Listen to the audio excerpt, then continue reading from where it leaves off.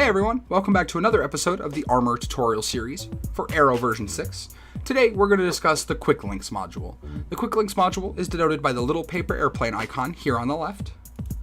And this system is basically an internal system for bookmarking that works throughout your framework. So first we have to make a category. We're going to call this the demo category. We're going to give it a sort order of 0. And we're going to make a couple bookmarks here.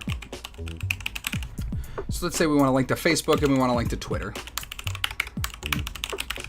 So we create this category, and I don't know if you noticed, but right here at the top between our notifications and our time clock, we got a new paper airplane icon. If you click on that, you can see your quick links have been created.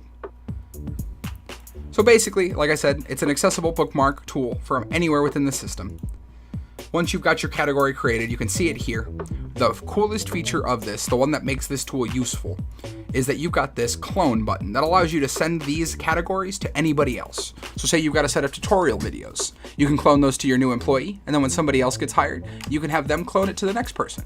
Basically, you've got access to take these bookmarks and share them with the whole office or just one person, depending on how you need to do it.